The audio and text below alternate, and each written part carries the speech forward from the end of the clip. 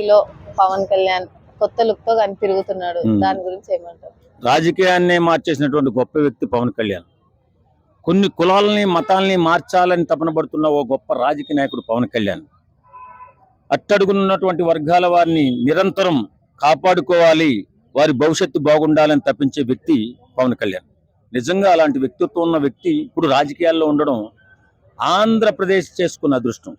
వాస్తవంగా ఇప్పుడు మనకి చాలామంది ఎలా ఉన్నారంటే, మన తిండి మనం తింటున్నాం కదా, మనం హాయిగా బతుకుతున్నాం కదా, మనకేంటి మన బిడ్డలు బాగున్నారు కదా అని ఆలోచిస్తున్నారే తప్ప, ఆ వెనకబడినటువంటి వర్గాలు ఉన్నాయి, ఆ కొండ కోణంలో ఉన్నటువంటి గిరిపుత్రులు ఉన్నారు, లంబాడీ తండాల్లో ఇప్పటికీ కూడా కరెంటు లేనటువంటి గ్రామాలు ఉన్నాయి ఆ కొండల్లో. వీళ్ళని బాగు చేయాలనే ఆలోచన ఉన్న రాజకీయ నాయకులు 75 సంవత్సరాల పైబడి భారతదేశానికి స్వతంత్రం వచ్చిన తర్వాత ఆలోచించిన నాయకుడు ఒక్కడు లేడు. వాడు తిన్నాడా, వాడు సంపాదించుకుంటున్నారా, వాడి పిల్లల విదేశాల్లో చదువుతున్నారా, 100 కోట్లు 1000 కోట్లు లక్షల కోట్లు సంపాదించుకున్నావా అనే రాజకీయ నాయకులను చూసాం. కానీ నిరంతరం పేద ప్రజల కోసం, ఈ చిన్న వర్గాల కోసం తప్పించే వ్యక్తి, గొప్ప మంచి మనసున్న మనిషి ఇప్పుడు రాజకీయాల్లో ఉండడం ఆంధ్రప్రదేశ్ చేసుకున్న అదృష్టం నిజంగా. అంటే ఇప్పుడు మొన్న రీసెంట్ గా తిరుపతికి వెళ్ళాడు. తిరుపతిలో ఆయన ఒక రాజకీయ నాయకుడిగా కాదు, ఒక పబ్లిక్, అంటే ఒక పబ్లిక్ అక్కడికి వెళ్ళి విజిట్ చేస్తే ఎట్లా ఉంటుందో ఆ దాని పరంగా వెళ్ళాడు. దాని గురించి ఏమంటారు? అవునమ్మా, ఆయనకి భయం లేదు.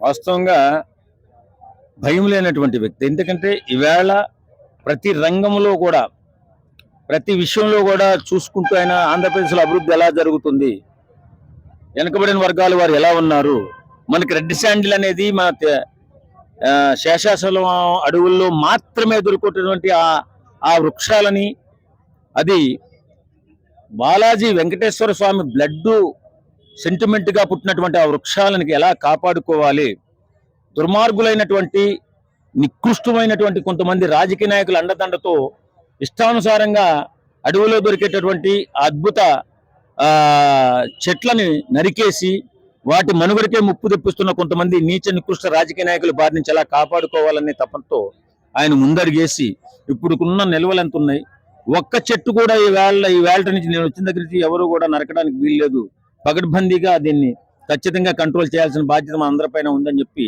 అధికారులకు సూచించాడు. ఆయన అటవీ శాఖ మంత్రి కాబట్టి ఖచ్చితంగా ఆయన అటవీ శాఖ మంత్రినే కాదు, ఇలాంటి అమూల్యమైనటువంటి సంపదను కాపాడుకోవాల్సిన బాధ్యత ప్రతి ఒక్క పౌరుడి పైన ఉంటుంది. కాబట్టి అలాంటి సంపదలు కోల్పోతే మళ్ళీ ఎక్కడో ఒకప్పుడు ఎర్రచంద్రం చెట్లు ఉండేయంట ఆంధ్రప్రదేశ్లో, ఆ చెట్లను చూడాలరా కల్లారలా అనే ఇది రాకుండా చెట్లను పుష్కలంగా పెంచుకుని మన గౌరవాన్ని, మన గొప్పతనాన్ని చాటే విధంగా చెట్లను మనం పెంచుకోవాలని చెప్పేసి పవన్ కళ్యాణ్ తపన పడ్డారు.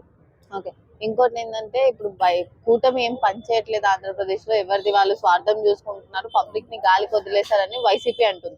దాని గురించి మీరేమంటారు? రాజకీయ నిరుద్యోగులు వైసీపీ నాయకులు, వాళ్ళకి ఏముందమ్మా, ఆ 5 సంవత్సరాల కాలంలో ఇష్టానుసారంగా దోషేసుకున్నారు, ఇష్టానుసారంగా దౌర్జన్యం చేశారు, ఇష్టానుసారంగా మాట్లాడారు, రాజకీయాన్ని కలుషితం చేసేశారు, బూతుల రాజ్యంగా మాట్లాడేశారు. పవన్ కళ్యాణ్ గారు రాజకీయంగా వచ్చి ఉపయోగపడాలి, నాకు ఇంత పేరును సంపాదించబెట్టినటువంటి వీరికి ఏదన్నా సహాయం చేయాలని రాజకీయాల్లోకి వస్తే ఉచ్చ నీచాలు లేకుండా తిట్టించారు అప్పట్లో. నిజంగా చాలా బాధేస్తుంది. ఆ బోరగడ్డ అనిల్ అనేవాడు కానీ, లేక కాకినాడ ఎమ్మెల్యే దూరంపూడి చంద్రశేఖర్ రెడ్డి అనేవాడు కానీ, ఇంకా చాలా మంది ఉన్నారు, శ్రీరెడ్డి అని, ఆ రెడ్డి అని, ఈ రెడ్డి అని రీతిగా తిట్టారు.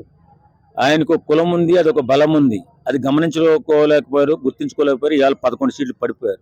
వాస్తవంగా అలాంటి గొప్ప వ్యక్తిని ఎవరైనా కించపరిచి మాట్లాడినా దేవుడు ఊరుకోరమ్మా. మనం రెడ్ బుక్ లో లేకపోయినా పవన్ కి బుక్ లేదు, పవన్ కి అది గుండె ఉంది, ఆ గుండెలో వీళ్ళందరూ దాక్కుని ఉన్నారు. వాడెవడు దూరంపూడి చంద్రశేఖర్ రెడ్డి అనేవాడు కానీ, అలాగే ఈ బోరగడ్డ అనిల్ అనేవాడు కానీ, ఈ పేర్ని నాని కానీ, ఈ కొడాలి నాని కానీ, ఈ నికృష్టమైనటువంటి రాజకీయ నాయకులు, ఉచ్చనీచాలు లేకుండా రోడ్డు మీద పడి కుక్కల్లా తిరిగేటటువంటి రాజకీయ నాయకులు ఎంత విమర్శించారో మనం అందరం చూసాం కదా. ఒక రాష్ట్ర ముఖ్యమంత్రి అంటే ఆ రాష్ట్రానికి తండ్రి లాంటి వాడు. అలాంటి బుద్ధిహీనంగా పరిపాలన చేస్తూ పవన్ కళ్యాణ్ 3 పెళ్ళాలు 4 పెళ్ళాలు అన్నటువంటి జగన్మోహన్ రెడ్డిని చూసాం. లక్షల కోట్లు దోసేసి కూడా సిగ్గు లేకుండా ఇలాంటి ఆర్థిక నేరస్తులకి సపోర్ట్ చేస్తున్నటువంటి వారి అభిమానులను చూసాం. నిజంగా చెప్పాలంటే పవన్ కళ్యాణ్ లాంటి వారిని మనం సపోర్ట్ చేసినట్లయితే ఇంకో 10 మంది పవన్ కళ్యాణ్లు వస్తారు, రాష్ట్రం బాగుంటుంది, అట్టడుగు ఉన్నటువంటి వర్గాలు బాగుంటాయి. కానీ అట్టడుగు వర్గాలు ఎప్పుడు కూడా మన కాళ్ళ కిందే ఉండాలనేటువంటి ఉద్దేశంతో ఈ నికృష్ట రాజకీయ నాయకులు చేస్తున్నటువంటి ఈ రాజకీయ క్రీడ అంటే ఎవడైనా మంచోడు వస్తే రాజకీయాల్లో ఉండకుండా తరిమేయాలి, పేదవాడిని ఆదుకునే రాజకీయ నాయకుడు ఎవడు కూడా రాజకీయాల్లో ఉండకూడదు అనేటటువంటి ఈ నికృష్ట నాయకుడుకులు ఉన్నంతకాలం అట్టడుగు వర్గాలు అలాగనే ఉండిపోతాయి. ఇంకోటి రోజా గారు ఏమన్నారంటే టాలీవుడ్ ఎవరైతే సినిమా యాక్టర్స్ ఉన్నారో వాళ్ళు రాజకీయాల్లోకి రావద్దు అన్నారు. ఆమె ఒకప్పుడు యాక్టరే, ఇప్పుడు మళ్ళీ రాజకీయాల్లోకి వెళ్ళిపోయి యాక్టింగ్ సైడ్ రావట్లేదు. మళ్ళీ రీసెంట్ గా ఏదో సినిమాతో రాబోతుంది, దాని గురించి ఏమంటారు? రోజా అంటే తెగిన గాలిపటం లాంటిదమ్మా. ఆమెకి భవబంధాలు ఏమి ఉండవు, భర్త మీద అభిమానం ఉండదు. ఇప్పుడు ఆమె గురించి ఏం చెప్పాలి? మురుక్కు కాలం లాంటి నోట్లో నోరు పెట్టాలి, ఇప్పుడు అవసరమా మనకి? అంత నీచమైనటువంటి వ్యక్తిత్వం ఉన్న వ్యక్తి రాజకీయాల్లో పవన్ కళ్యాణ్ గారు, చిరంజీవి గారు నంది ఈ మహా ఇల్లాలు. మరి ఇల్లాలు ఏమన్నదంటే చిరంజీవి గారు ఎప్పుడు కూడా సహాయం చేసిన దాఖనాలు కలపలేదండి. ఇది మంత్రి అయిన తర్వాత వచ్చి చిరంజీవి గారి దగ్గరికి భోంచేసి ఆమె చీరా చారీ తీసుకుని వెళ్ళినటువంటి దీవెని తీసుకుని వెళ్ళినటువంటి ఈ కుక్క ఎన్ని మాటలు మాట్లాడిందమ్మా, అన్ని రకాలైన మాటలు మాట్లాడి చిరంజీవి గారి వ్యక్తిత్వాన్ని కూడా కించపరిచి మాట్లాడింది. అలాంటి నికృష్ట జాతి వ్యక్తిత్వం ఉన్న మనిషి ఈ రోజా గురించి ఏం మాట్లాడతాం? ఈవేళ యాక్టర్లు ఎవరు? ఇదెవరు మరి? ఇది యాక్టర్ కాదా? యాక్టరే కదా వచ్చింది రాజకీయాల్లో. వచ్చిందంటే ఇలాంటి యాక్టర్లు ఈమె గురించి ఏం మాట్లాడాలన్నా సిగ్గుగా ఉంది నాకు. ఎందుకంటే మానవత్వం లేదు. అది మనిషి ఆడదా, మధ్యలోదా, ఇంకోట అనేది చెప్పుకుంటే దగ్గరికి పోతే దాని నోటికి ఎలాంటి తాళం ఉండదు. చెప్పాను కదా, తెగిపోయిన గాలిపటం ఎక్కడ పోతుందో తెలియదు. అలాంటి వ్యక్తి గురించి మనం ఇప్పుడు మాట్లాడుకోవాలా? రోజా చిచ్చి, దాని గురించి మాట్లాడి పరువు కూడా తీసుకోవడం నాకు ఇష్టం లేదు. కానీ ఉన్న రాజకీయాలు మాట్లాడదు. ఎవరైనా రాజకీయాల్లోకి వచ్చిన వాళ్ళు సేవ చేయాలని రావాలి తప్ప సమాజాన్ని విచ్ఛిన్నం చేస్తూ దుర్భాషలాడుతూ మన సమాజంలో ఒక వింత పోకడలకు పోయేలాగా చేయకూడదు. ఇలాంటి నీచ రాజకీయాలు చేయకూడదు. కాబట్టి ఏం చేసినా సమాజ హితం కోసం మాట్లాడాలి. అటు సెలబ్రిటీ అయినటువంటి సెలబ్రిటీ అయిన సినిమా యాక్టర్ కానీ, అలాగే రాజకీయ నాయకులు కానీ, వీళ్ళు సెలబ్రిటీస్ లెక్క వస్తారు మనకి. వీళ్ళు యువతకి దారి చూపించే విధంగా మాట్లాడాలి. ఏ మాట మాట్లాడినా యువత బాగుండాలి, వారి భవిష్యత్తు బాగుండాలి.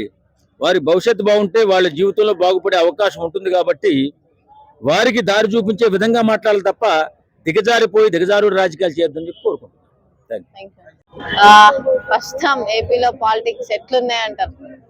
మంచి మంట పుట్టిస్తున్నాయి, మామూలుగా లేవు. ఎందుకంటే పవన్ కళ్యాణ్ గారు చేసే పని వల్ల ఆయన వేసే బట్టలను చూస్తున్నారు తప్ప వర్క్ని అయితే గుర్తియట్లేదు ఎవరు కూడా.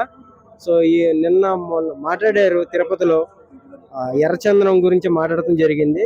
భారీ ఎత్తుగా అసలు ఎలా వార్నింగ్ ఇచ్చారంటే నిజంగా పక్కన ఉంటే చెమటలు పట్టేస్తాయి ఎవరికైనా సరే.